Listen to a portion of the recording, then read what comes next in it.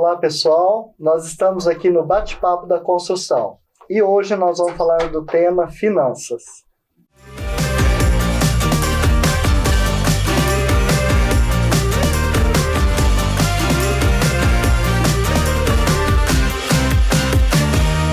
Esse episódio é um oferecimento Grupo RS, Sebrae, NCTech, integrando iniciativas e gerando negócios. Sou Cláudio Ferreira, arquiteto e urbanista, e hoje estou aqui com meus convidados e gostaria que eles se apresentassem. Por favor, Carlos, Olá, fique à boa vontade. tarde, pessoal. Primeiro quero dizer que é um prazer estar aqui, poder contribuir com vocês, com orientação e informação sobre um tema muito importante que é finanças. Eu me chamo Carlos Araújo, sou consultor do Sebrae há 27 anos, atuo nessa área de finanças e também na gestão de projetos para desenvolvimento das empresas. Estou aqui à disposição para a gente conversar sobre esse assunto importante, no resultado das pequenas empresas. Obrigado, Isa. Eu sou Isadora Risse, arquiteta. É um dos assuntos que eu mais gosto aqui do podcast, então estou bem feliz. Obrigado, Isa. Carlos, vamos começar aí na sua experiência, trazer um pouco aí para a nossa realidade de escritório, de arquitetura, de engenharia e de construtora. Legal. A sua experiência aí. Nós conversamos aqui agora há pouco, finanças é um assunto que tende a acontecer em qualquer empresa, independente do tamanho do porte, do seu tamanho, independente do segmento, do setor. Em casa. E as questões de finanças, elas têm uma lógica, Isso é matemático.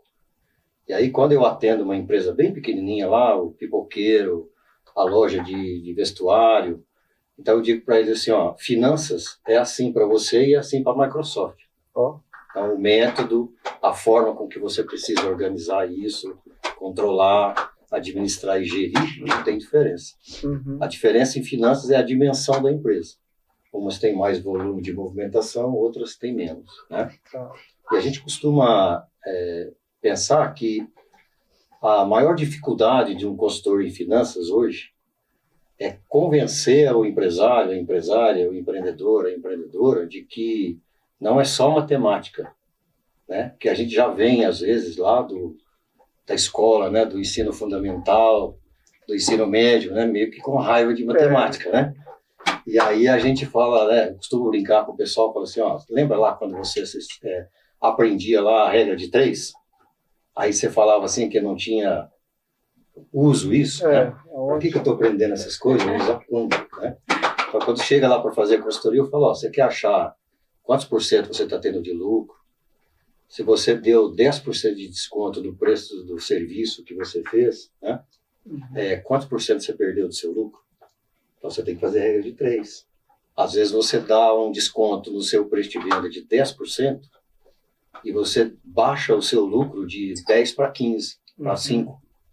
Então, você está tendo 5% de perda no percentual do lucro, mas, na verdade, você está perdendo 50% do seu lucro.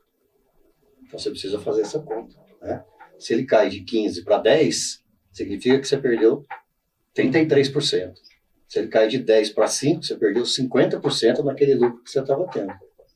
Então, tem que tomar um cuidado muito grande. Isso para qualquer empresa, indústria, comércio, serviço, como nós estamos conversando mais aqui sobre a questão da construção, da arquitetura, não é diferente para esses segmentos também. E geralmente a pessoa, você acha assim que o público procura mais quando está começando, vou começar um negócio, vou já começar certo, ou quando já está dando muito errado e aí precisa consertar. Quando já está dando errado.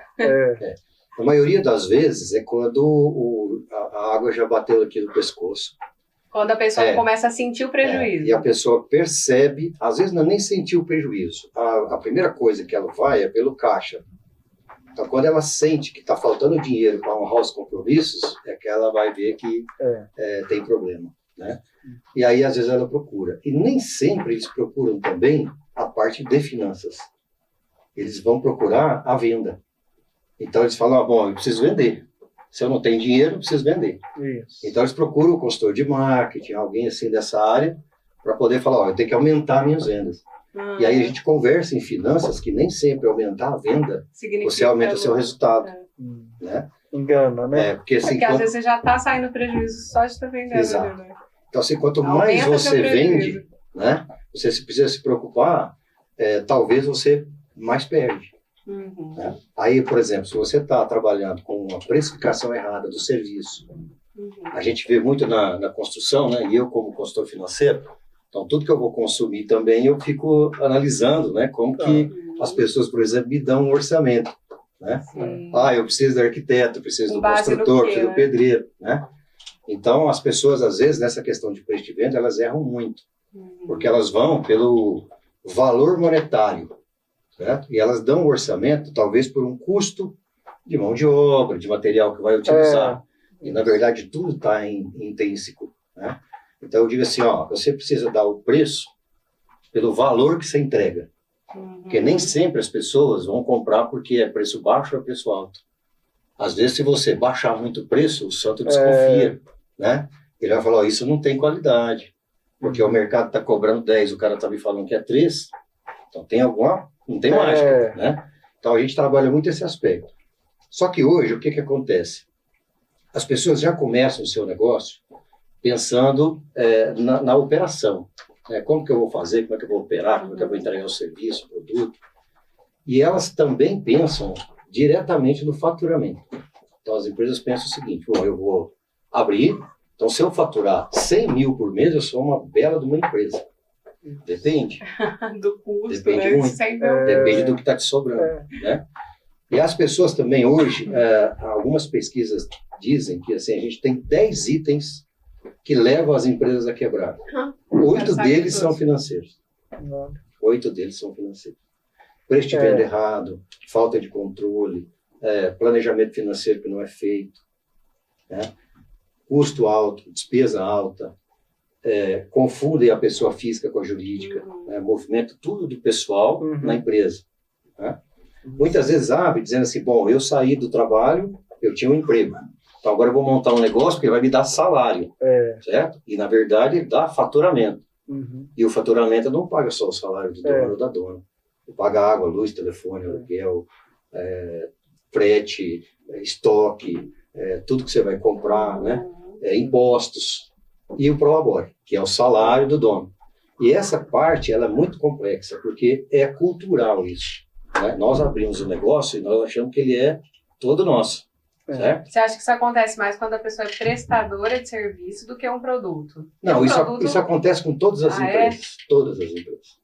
Porque eu não consigo muito imaginar se a pessoa vai vender isso aqui e não calcular, né? Isso. O preço de custo. Se falando de cálculo, eu lembro um curso que eu fiz pelo IAB sobre custo de obra mesmo, né? Fazer o custo da obra. E ele explicando, vocês vão ter que colocar a quantidade de pregos que vai usar nessa obra, né? Porque forma e tal, você usa prego. Aí um falou, mas precisa colocar? Não precisa, você tira do seu bolso.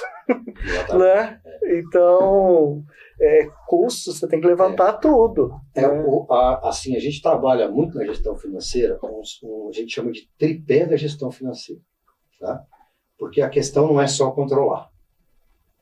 Eu tenho controle, tá legal. Mas como que você faz o controle? O que você considera? Você não deixa nada sem registrar, você registra tudo. Ou seja, se você está vendendo bala ou avião, você tem que registrar, né? Que é o que você falou. O prego é custo. Né? Então a gente tem a questão do controle de caixa, porque ele é realmente, de fato, o movimento de dinheiro que entra e sai do bolso. E você sente na pele. Né? Então, esse você está vendo movimentar. O que as pessoas fazem? Elas tendem a fazer o controle da entrada, certo? E não faz o controle da saída, que está pagando. O que está vendendo, está recebendo, eles têm o controle da entrada. A outra questão, então, a gente chama isso do tripé, que é o primeiro pé, que é a gestão do caixa. Porque esse é o verdadeiro movimento financeiro, é o dinheiro que entra e sai da empresa todo dia.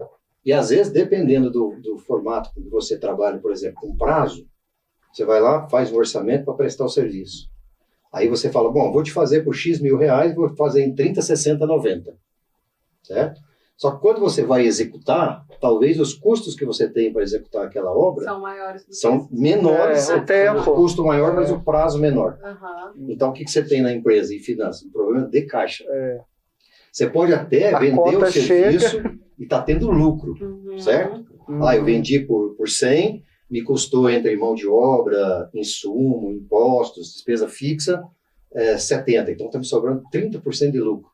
Só que dependendo do seu fluxo de caixa, você precisa de dinheiro, aí você vai pegar dinheiro, tomar dinheiro emprestado, você vai pagar juros, o juro está comendo seu lucro. Então, por uma falta de planejamento do caixa, você acaba baixando o seu lucro em função de um custo financeiro seu. Às vezes está tudo ajeitadinho. Então, o caixa, a gente precisa gerir ele de forma contábil, que a gente chama, que é aquele dia a dia que quando a empresa faz, porque não é toda que faz, né? Ela vai lá e controla. Pagou, recebeu, ela vai pondo lá, ou numa planilha, né? O caderninho a gente está até abominando, porque o caderno, assim, é um controle, mas ele não consegue te dar a informação para você tomar decisão.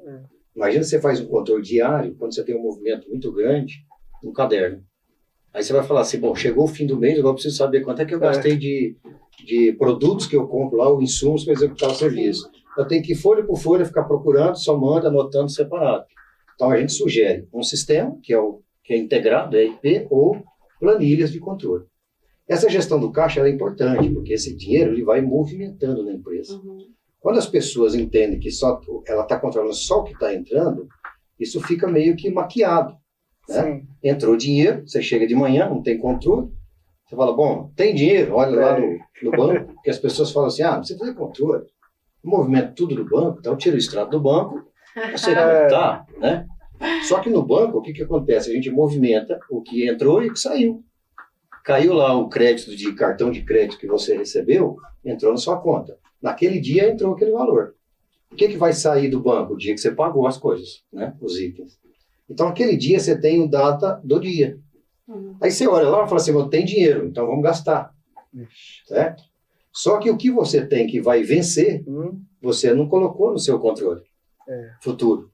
Então, você não tem uma visão da sua empresa para pelo menos 30 dias, 60 dias, 90 dias. Hoje está tudo maravilha, está azul. Né? Mas e daqui? Vai chegar, né? Vai chegar o dia. De repente, eu posso ter, por exemplo, que é o contrário, que é até interessante, prazo de pagamento estendido, prazo de recebimento encurtado. Esse é o melhor fluxo de caixa que uma empresa pode ter. Ou seja, eu compro 30, 60, 90 e vendo à vista. As coisas, ou o serviço, ou insumo. Então, esse é o melhor que tem. Mas hoje não é tão simples você comprar assim. Né? Então, se a gente tem o fluxo de caixa bem organizadinho, a gente vai tendo informação para você poder tomar decisão em cima do caixa.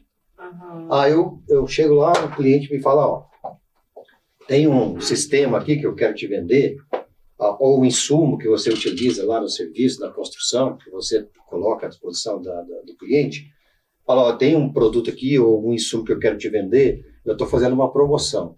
Vou te dar 20% de desconto, mas você me compra à vista. Então a gente fica louco por desconto, né? Opa, tá aí. Às vezes, dependendo do que você está comprando, você já tem.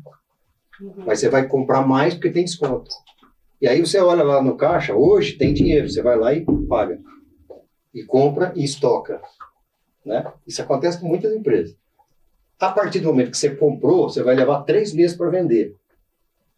Certo? Você vai vender uma parte no mês, outra no outro, outra no outro. E se você der mais 30 dias para receber, vai levar 4 meses para o dinheiro entrar no seu caixa. Só que ele está saindo agora. E sem contar que você vai honrar os compromissos que já estão lá comprometidos, né, com o pagamento. Pura matemática. Então, por isso que a gestão do caixa é importante. Por que a gente fala muito isso? O consultor financeiro tem uma missão. Convencer que é trabalhoso, é chato de fazer, mas você tem resultado com o controle. Porque se fosse para você controlar o dia a dia, para você saber saldo, não precisava mesmo. Você olha lá no banco, tem dinheiro, não tem dinheiro, você toma sua decisão. Agora, se você controla, provisiona, coloca o planejamento, você consegue olhar a empresa e tomar decisão em cima do seu caixa. Então, essa é a gestão do caixa, que é o bem mais precioso que tem, que é o dinheiro. Né? Uma coisa assim, quando eu me formei, eu abri o escritório e eu trabalhava com qualquer coisa, né? Qualquer serviços. E aí me ajudou muito essa parte da gestão para me indicar assim onde eu estava ganhando dinheiro com todos esses serviços, né? Porque se você oferece um monte de coisas, você não sabe ali o que te dá lucro, o que dá prejuízo. Então eu tomei decisões assim de qual nicho seguir, baseado também na questão financeira.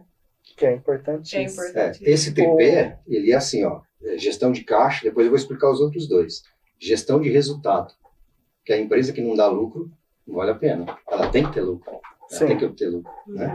E o lucro vem de alguns indicadores que a gente vai tirando. Eu costumo dizer que toda empresa, qualquer empresa, principalmente a de serviço, construção, ela tem 4 cofrinhos que são alimentados pelo movimento que você faz. E esses cofrinhos, nem sempre são cofrinhos que você deposita. São cofrinhos que vão engolindo o seu faturamento. Então, você vendeu um serviço, para você executar ele, você tem gasto. Então, você tem gasto com a produção do insumo, seja hora trabalhada, seja insumo, seja material. Se você vai aplicar material, você compra material. Se você comprar de outro estado, você paga a diferença de ICMS. Então, assim, o empresário tem que estar atento, a empresária, a todo momento, com esses pormenores. Então, se o cofrinho do custo é aquele gasto que tem para executar, o que eu vou usar para entregar o serviço ou o produto para o cliente? Na área de construção, é mão de obra, é material, é um pouco aí tudo isso. Eu tenho que me deslocar, combustível. Né? É o combustível que eu estou gastando. E aí, por isso que a gente fala, quando mistura pessoa física ou jurídica, usa o carro pessoal e da empresa para fazer tudo. Mas eu não tenho condição de comprar 2 carros. Não, é isso que eu estou falando. Só que você tem que começar a controlar o combustível que você está gastando para a empresa, o combustível que você está gastando para você. Porque o combustível da empresa, dependendo da empresa, é um custo.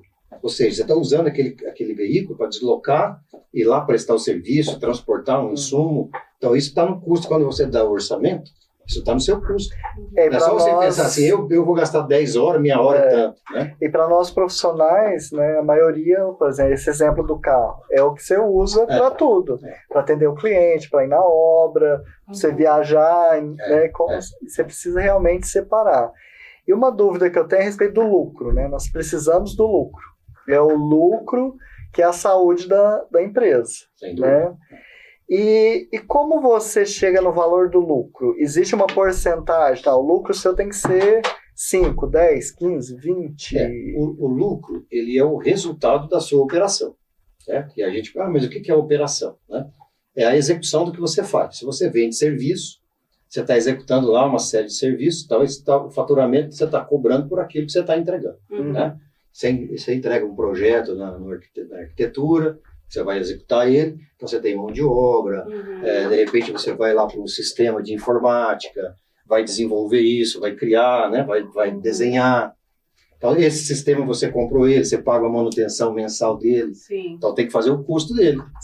Ele me custa X por hora, se eu vou gastar 10 horas para fazer um projeto, tem um custo de hora trabalhada e utilização do equipamento. Né? E a sua mão de obra. A sua mão de obra também.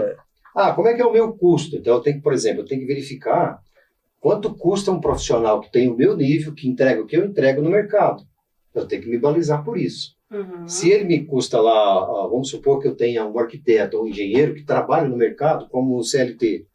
Se ele faz o mesmo que você faz, qual que é o valor de mercado dele? Né?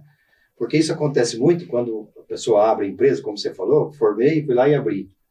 A gente não confunde só a pessoa física no controle, a gente controla na mente também, entendeu? Porque assim, não, eu não sou empresário, eu sou arquiteta, certo? Então, não é possível desvincular, né, a pessoa disso, mas em determinado momento, a gente tem que pensar diferente.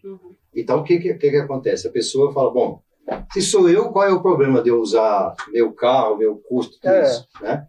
A mão de obra, a mesma coisa. Muitas vezes a pessoa faz o seguinte, bom, eu sou dono, então o salário meu é o que eu quiser. Tá? Até tem direito, vai ter que ver se a empresa consegue gerar para pagar o que ele quer. Aí eu costumo dizer o seguinte, eu dou um exemplo, eu atendi uma empresa uma vez na região, que mexia com montagem de galpões. Montagem de galpões. E tinha lá outras coisas de serralheria também, mas tinham essas montagens de galpões. Aí, para fazer isso, tinha que ter um engenheiro para assinar o projeto, né? Para liberar a obra. A pessoa foi fazer faculdade, formou em engenharia, certo? Para trabalhar na empresa. Investiu. Certo? Aí ela falou assim, bom, como eu sou engenheiro da empresa e eu sou dono, então meu salário é 10 mil por mês.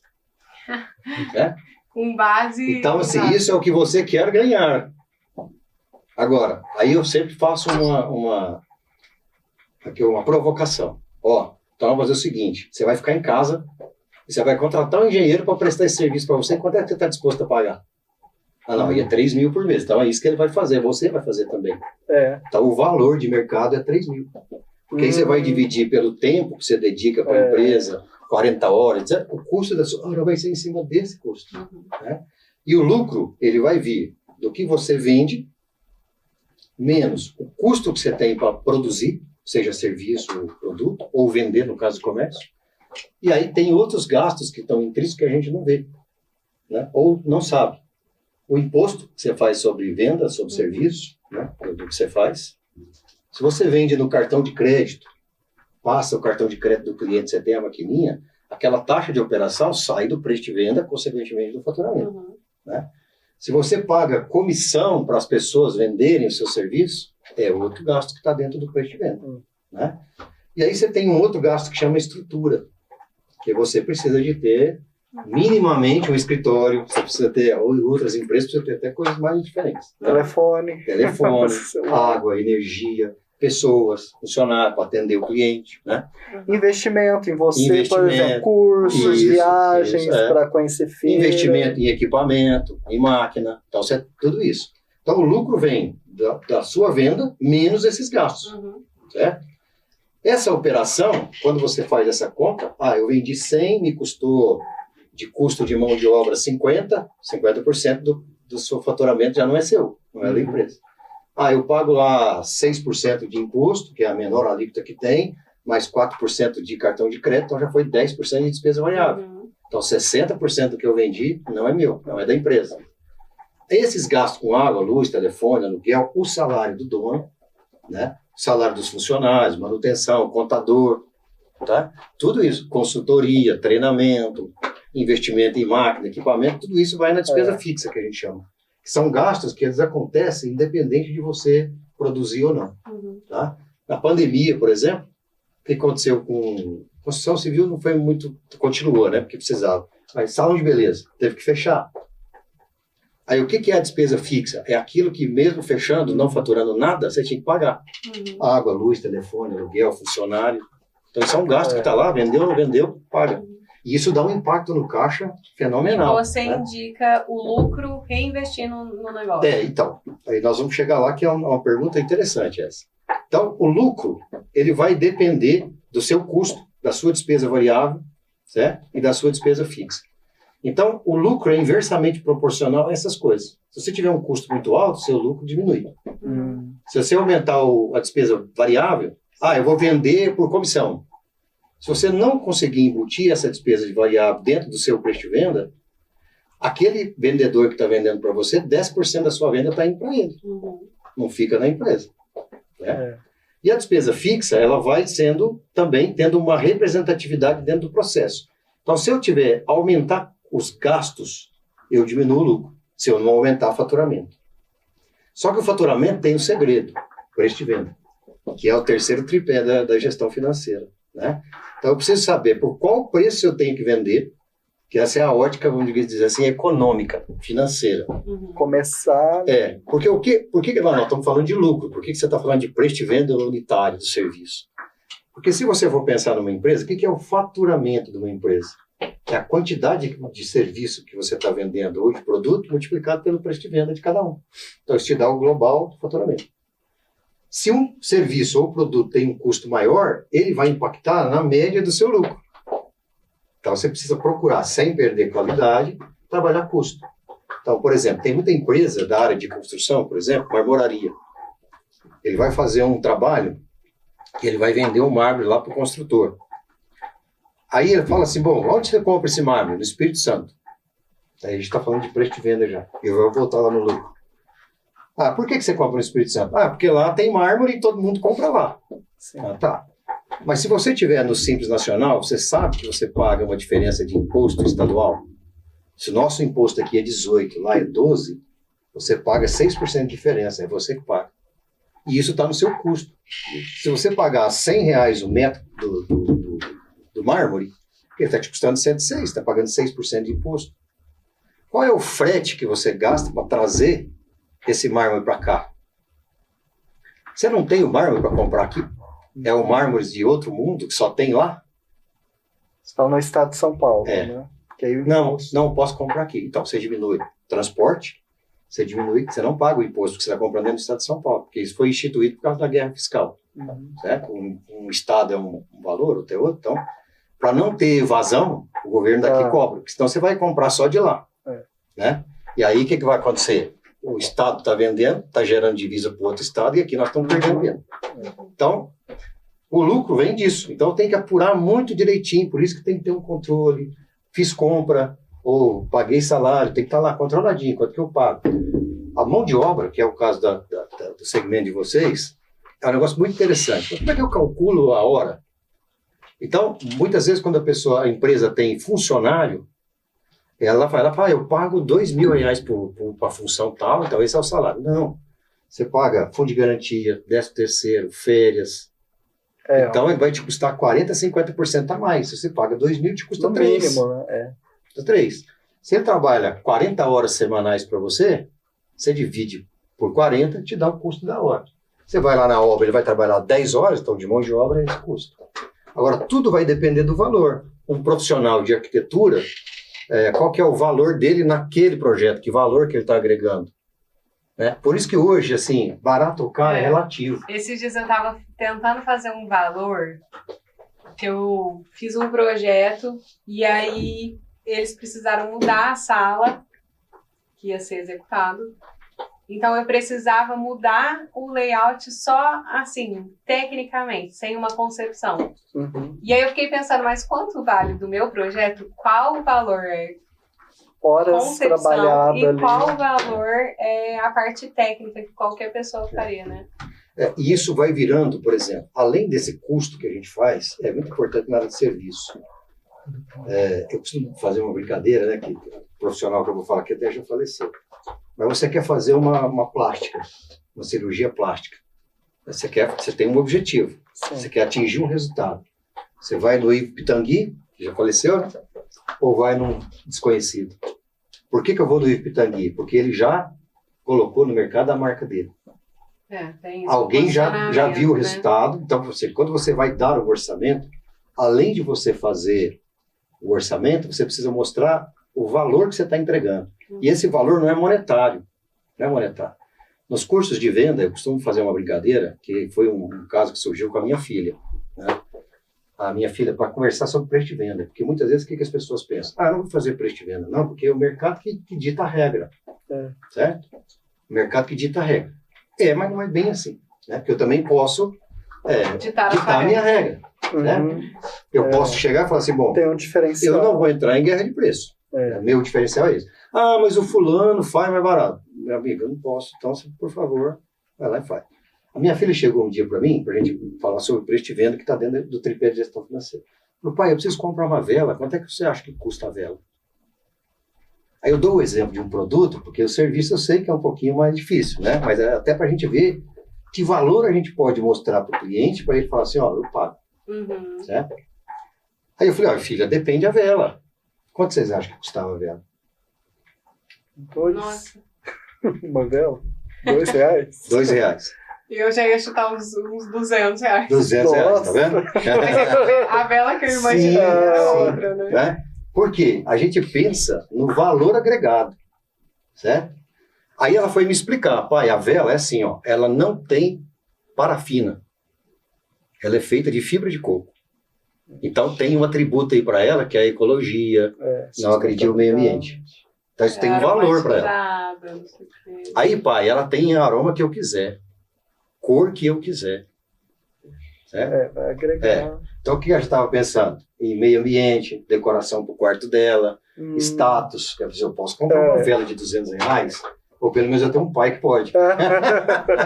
Né? Entendeu? Aí eu falei assim, ainda, pai, eles colocam uma etiqueta literária. Ela gosta muito de ler.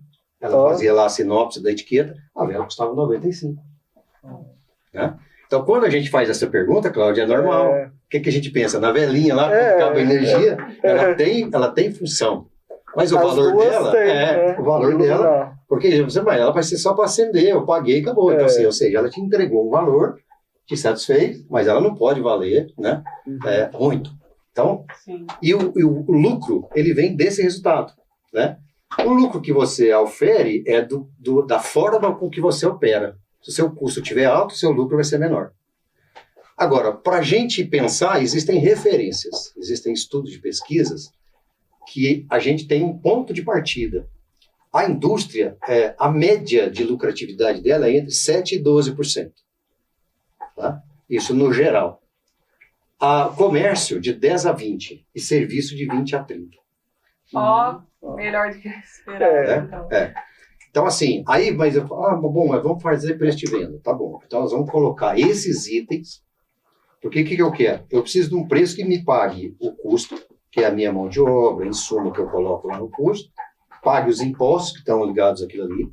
Se eu for fazer no cartão de crédito, lá eu passo o cartão, né? Ou se for Pix, então o que eu sugiro? Faz tudo no cartão. Todo orçamento você faz no cartão. Aí o cliente fala, bom, mas não dá um desconto? Como é que você vai me pagar? Desconto ele vai pedir. Todo mundo vai pedir desconto, né?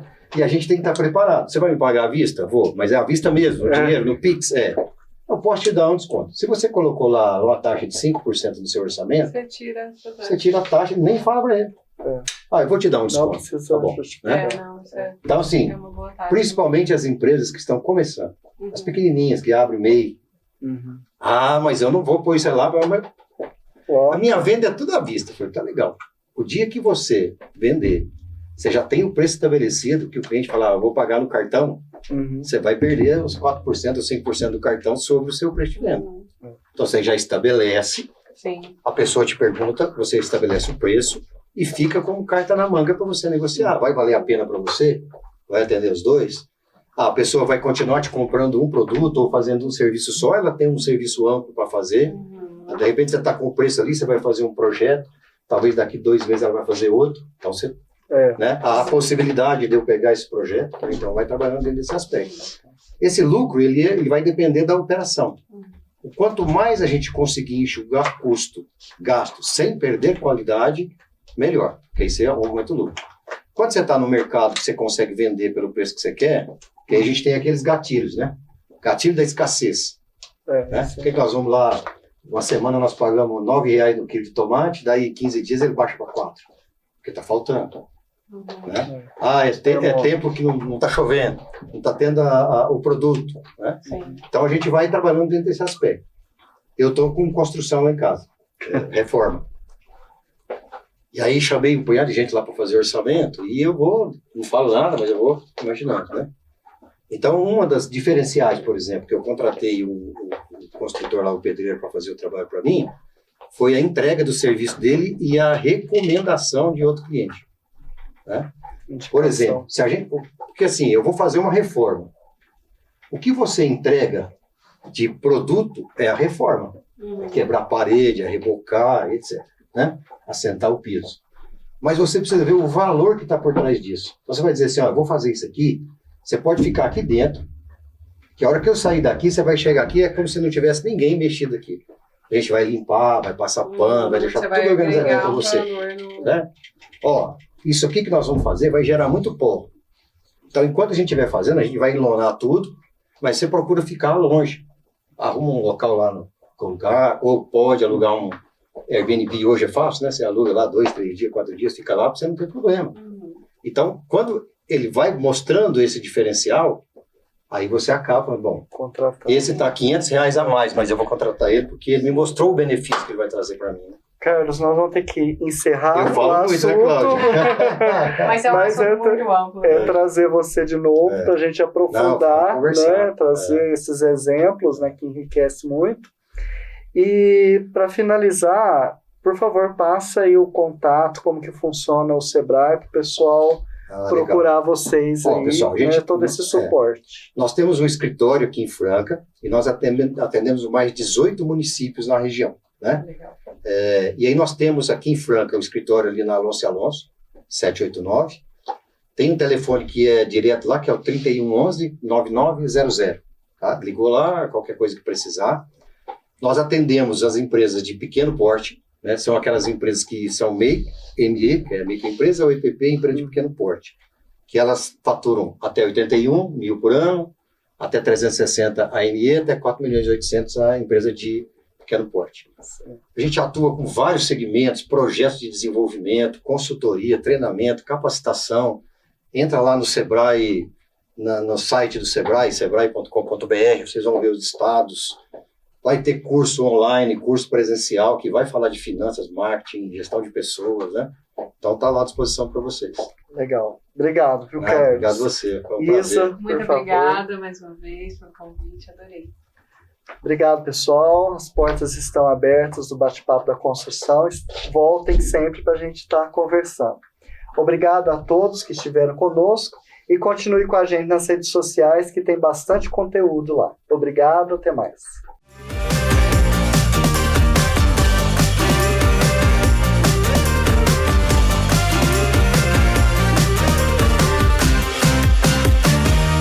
Esse episódio é um oferecimento Grupo RS, Sebrae, NCTech, integrando iniciativas e gerando negócios.